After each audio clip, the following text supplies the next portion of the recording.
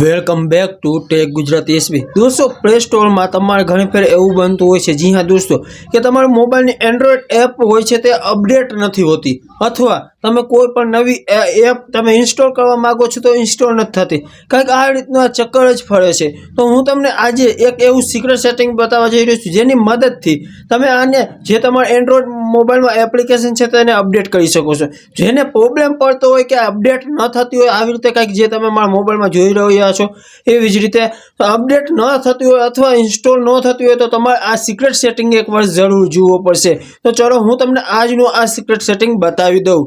તો દોસ્તો તેના માટે તમારે શું કરવાનું છે કે દોસ્તો અહીં પ્લે સ્ટોર ઉપર ક્લિક કરી રાખવાની છે, એપ ઇન્ફો ઉપર ક્લિક કરવાની છે। અહીં તમને એક સેટિંગ મળશે સ્ટોરેજ નામનું, તેના ઉપર ક્લિક કરી દો। અહીં તમને ક્લિયર ડેટા અને ક્લિયર કેચ ડેટા નામનો ઓપ્શન તમને જોવા મળી જશે।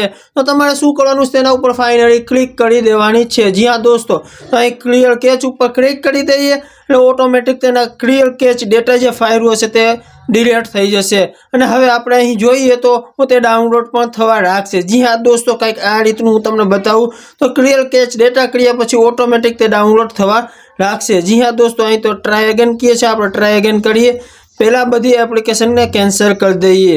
અગર દોસ્તો તેમ છતાં પણ તમારે તે કામ ન કરે તો તમારે ફરીથી એપ ઇન્ફોમાં જવાનું છે, જેમ કે પ્લે સ્ટોર ઉપર ક્લિક કરવાની, એપ ઇન્ફો ઉપર ક્લિક કરી દો, અને ત્યાર પછી આપણે તે જ સેટિંગમાં જવાનું, સ્ટોરેજના સેટિંગ પર ક્લિક કરી દો। અહીં ક્લિયર ડેટા ઉપર ક્લિક કરી ઓકે ઉપર ક્લિક કરી દો।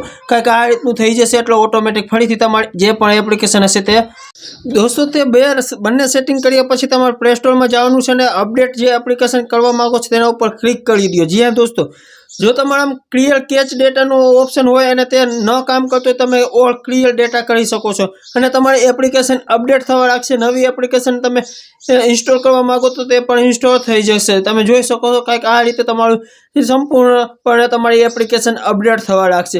તો આ ઘણા બધા લોકોનો પ્રશ્ન હતો કે અમારા મોબાઈલમાં જે એપ્લિકેશન છે તે અપડેટ નથી થતી અથવા નવી ઇન્સ્ટોલ નથી થતી, તો તેના માટે આ કાફી ઇમ્પોર્ટન્ટ ટ્રીક હતી, જો તમારા માટે કાફી મજેદાર ટ્રીક હતી। જી હા દોસ્તો, જે પણ લોકોને આનું સોલ્યુશન નહોતું મળતું તેના માટે મેં આ સોલ્યુશન કાઢ્યું છે। તો દોસ્તો આઈ હોપ કે તમને આજની આ ટ્રીક કાફી પસંદ આવી, તો મારા વિડીયોને એક લાઈક જરૂર કરજો। આવી જ નવી ટિપ્સ એન્ડ ટ્રિક્સ જોવા માટે અત્યારે જ અમારી આ ચેનલને સબસ્ક્રાઈબ કરી દેજો।